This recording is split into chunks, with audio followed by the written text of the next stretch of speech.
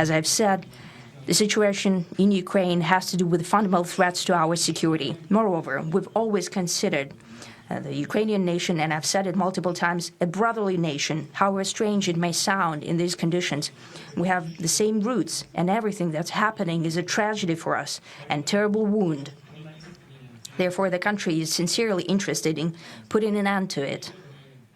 At the same time, we're convinced that in order to make the settlement lasting and long-term, we need to eliminate all the primary roots, the primary causes of that conflict. And we've said it multiple times, to consider all legitimate concerns of Russia and to reinstate a just balance of security in Europe and in the world on the whole. And I agree with President Trump, as he has said today, that naturally the security of Ukraine should be ensured as well.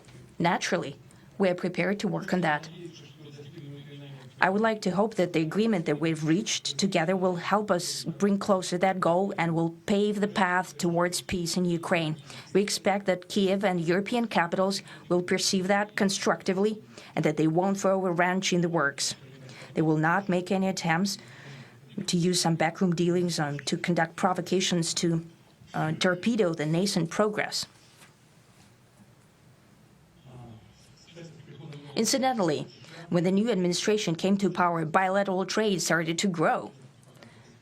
It's still very symbolic. Still, we have a growth of 20%. As I've said, we have a lot of dimensions for joint work. It is clear that the U.S. and Russian investment and business cooperation has tremendous potential. Russia and the U.S. can offer each other so much in trade, digital, high-tech, and in space exploration. We see that Arctic cooperation is also very possible, and our international context, for example, between the Far East of Russia and the West Coast of the U.S.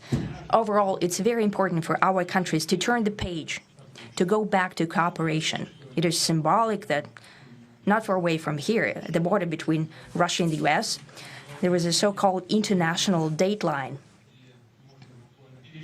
I think you can step over, literally, from yesterday into tomorrow. And I hope we'll succeed in that, in political sphere.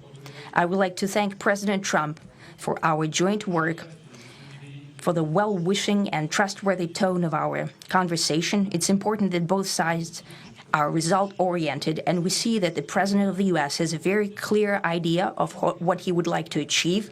He sincerely cares about prosperity of his nation. Still, he understands that Russia has its own national interests. I expect that today's agreements will be the starting point, not only for the solution of the Ukrainian issue, but also will help us bring back business-like and pragmatic relations between Russia and the U.S. And in the end, I would like to add one more thing.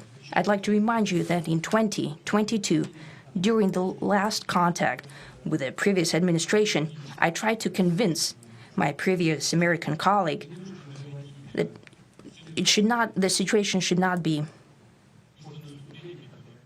brought to the point of no return when it would come to hostilities. And I said it quite directly back then that it's a big mistake.